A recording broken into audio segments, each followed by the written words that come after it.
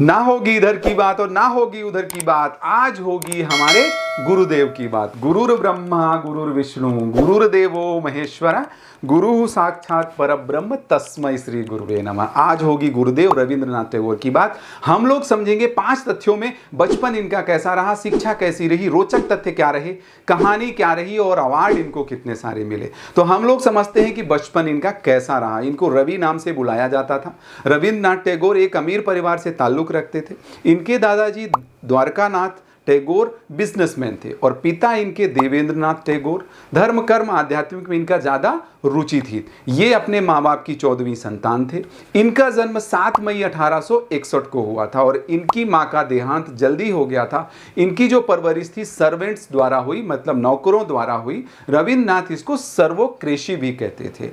अब हम समझते हैं शिक्षा कैसी रही गुरुदेव की हमारे।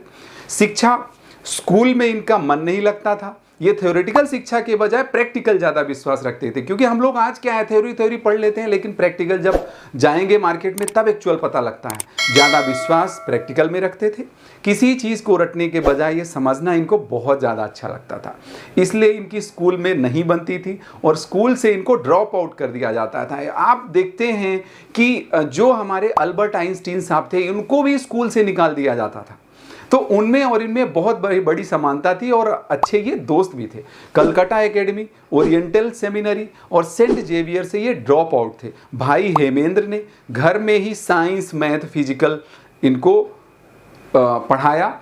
जूडो, कराटे और म्यूजिशियन इन्होंने जादूनाथ भट्टाचार्य जी ने सिखाया, जिन्होंने वंदे मातरम की धुन भी जादूनाथ भट्टाचार्य जी ने ही बनाई। 12 साल की उम्र में इनके पिताजी इनको सेल्फ डिस्कवरी पर ले गए। शांति निकेतन, फिर उसके बाद गोल्डन टेम्पल ले गए। गोल्डन टेम्पल में घंटों घंटों गुरबानी सुना करते थे। वहाँ से इनको उपनिषद है, सारी चीज़ें सिखाई गई। इनके पिता इनको हिमालय पर्वत में हिल स्टेशन डलहौजी पर ले गए।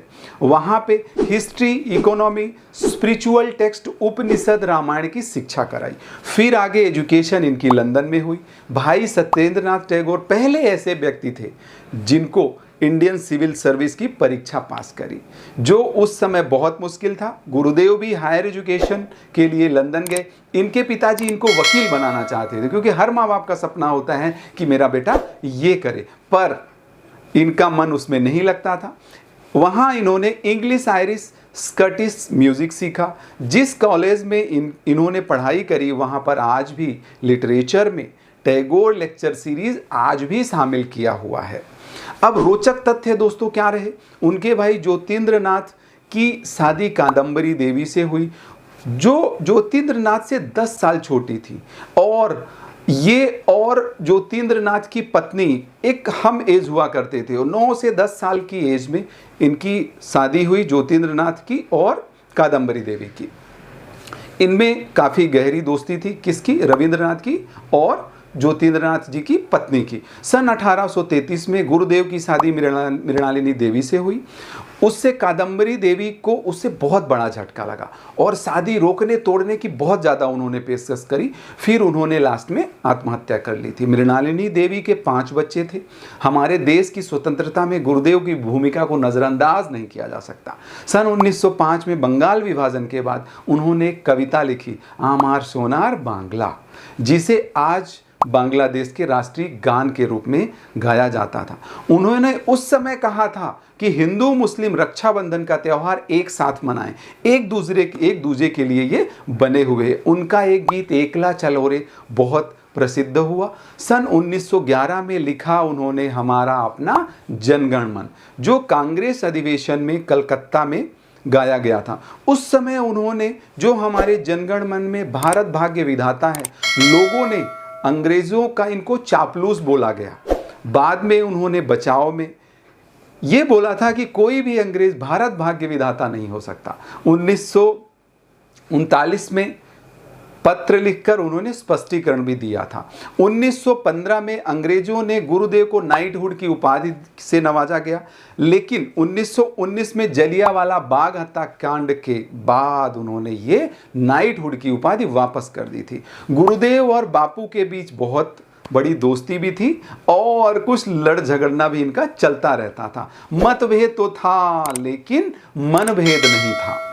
अब बापू नेशनलिज्म के कहना चाहिए कि नेशनलिज्म उनको अच्छा लगता था और इनको इंटरनेशनलिज्म अच्छा लगता था। 1932 में जब बापू पुणे अनशन पर बैठे थे तब गुरुदेव ने उनका अनशन तोड़वा दिया था। एक बार गुरुदेव प्ले कर रहे थे, एज इनकी ज़्यादा हो गई थी, उस समय बापू ने उनको बोला था कि आपको ये अभी करने की क्या ज़रूरत है। तब गुरुदेव ने जवाब दिया था कि हमारी यूनिवर्सिटी सत्य निकेतन के लिए हम लोग पैसा जमा कर रहे हैं। तब बापू ने अपने दोस्तों से उस समय सत्य निकेतन के लिए 60,000 रुपये दिलवाए थे।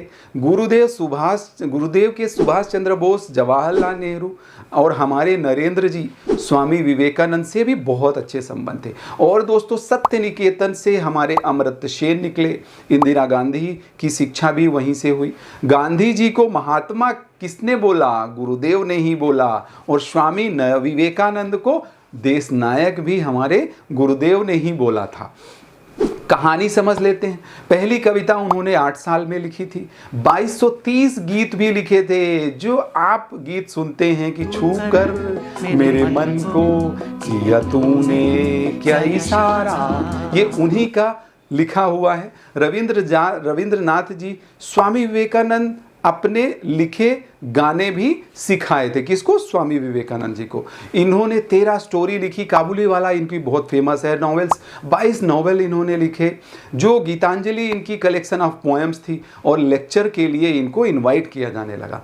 इनके पोएम्स में फ्रीडम और पैट्रियोटिज्म रहती थी। इनका ट्रांसलेशन यूरोप और अमेरिका में भी काफ़ी प्रचलित है। मतलब इनका जो था तो बहुत सारी चीज़ें, मतलब इंडिया में नहीं, बाहर दूर दूर तक यूरोप में भी फैली हुई थी। यूरोप है, अमेरिका है। अवार्ड समझते हैं दोस्तों, इनको कितने अवार्ड मिले। एक तो 8 साल में पहली कविता इन्होंने लिख दी। 1913 में नोबेल पुरस्कार मिला। गुरुदेव की 150वीं बर्थ एनिवर्सरी पर ब्रॉन्ज स्टेचू लंदन में स्थापित हुई। इजराइल के तेल अवीव में एक सड़क का नाम रिहैव टैगोर के नाम से रखा गया।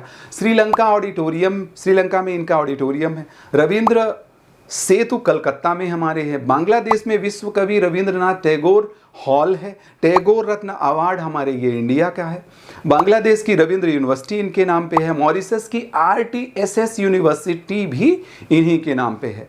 जितनी भी प्रशंसा की जाए कम है। और हमारे गुरुदेव का आज बहुत बड़ा दमखम है। 2 राष्ट्रगान, भारत और बांग्लादेश, यहाँ तक कि श्रीलंका राष्ट्रगान का श्रेय भी आनंद समाराकून को जाता है। लेकिन उन्होंने रविंद्रनाथ की बंगाली कविता में इसको लिखा था और धुन भी हमारे गुरुदेव की है। एक कवि, एक लेखक, नाटककार, संदीपकार, दार्शनिक, चित्रकार, समाज सुधारक थे। साहित्य में नोबेल पुरस्कार लेने वाले पहले हमारे ये गैर यूरोपीय थे। 1941 में 80 साल की उम्र में यूरेमिया नामक बीमारी की वजह से हमारे गुरुदेव का दोस्तों निधन हुआ।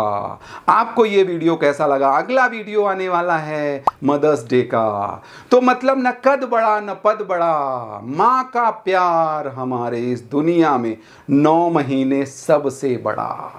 आप कसम भी खाते हो तो किसकी कसम खाते हो? पिता कसम कभी नहीं खाते, माँ कसम बोलते हो। तो वो वीडियो आने वाला है। गुरुदेव का वीडियो कैसा लगा? आपको हौसला बढ़ाना पड़ेगा, हमारी टीम का हौसला बढ़ाना पड़ेगा, क्योंकि इस वीडियो के लिए बहुत सारी मेहनत भी लगती है। जब आप केयर करेंगे तभी तो शेयर करेंगे। तो वीडियो सुनने के लिए, अभी तक रुके रहने के लिए बहुत बहुत धन्यवाद।